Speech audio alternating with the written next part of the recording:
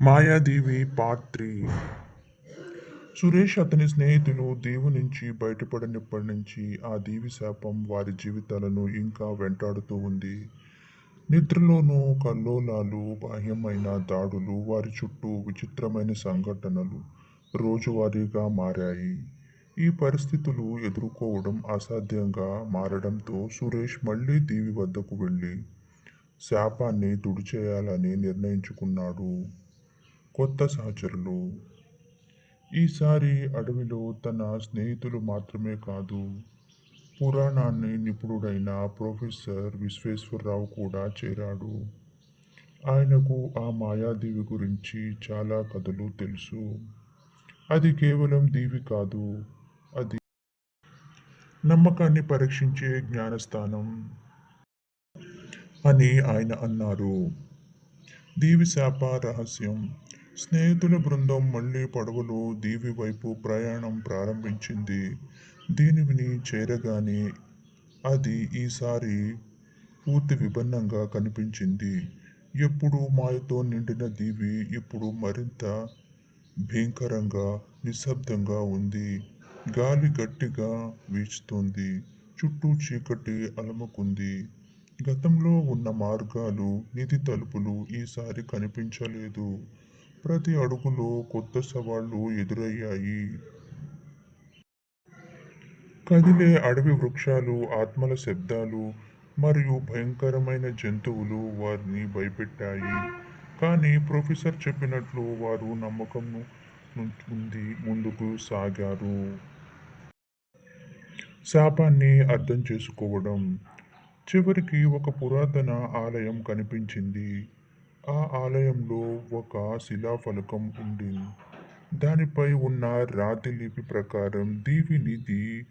అందుకనే వారిలో దురాశ కంటే శాపం వారి జీవితాలు వెంటాడుతుంది. దాన్ని తొలగించడానికి నిధిని తిరిగి సమర్పించాలి. కానీ అది త్యాగం ఆధారంగా మాత్రమే స్వీకరించబడుతుంది. త్యాగానికి పరీక్ష. సురేష్ మరియు అతని స్నేహితులు తాము తీసుకున్న రత్నాలను అక్కడే సమర్పించారు. అయితే ఆ రత్నాలు తిరిగి గాల్లో ఎగిరి మాయమయ్యాయి. అది సరిపోదు. మీలోని ఒకరు తమ విలువైన దానిని త్యాగం చెయ్యాలి అని ఒక శక్తివంతమైన ధ్వని ఆదేశించింది. సురేష్ ముందుకు వచ్చి తన మాయాపట్టాన్ని సమర్పించాడు. ఈ పటమే మమ్మల్ని ఈ దీవి వైపు నడిపించింది. ఇక్కడ దీన్ని మీకు తిరిగి ఇచ్చేస్తున్నా అని అన్నాడు. వెంటనే దీవి ప్రకటించింది. చుట్టూ ఉన్న చీకటి క్రమంగా తొలగింది. శాపం తొలగింపు. సురేష్ త్యాగం చేసి శాపం తొలగించగానే దీవి నెమ్మదిగా నిష్కల్మషంగా మారింది. కానీ దాని మాయలు, శక్తులు మళ్ళీ అదృశ్యమయ్యాయి. మీరు మీ స్వార్థాన్ని మించిపోయి ధైర్యాన్ని ప్రదర్శించగలిగారు. మీకు శాంతి లభించబడింది అని దీవి ఆత్మ గొంతు చివరిగా వినిపించింది. కొత్త జీవితం.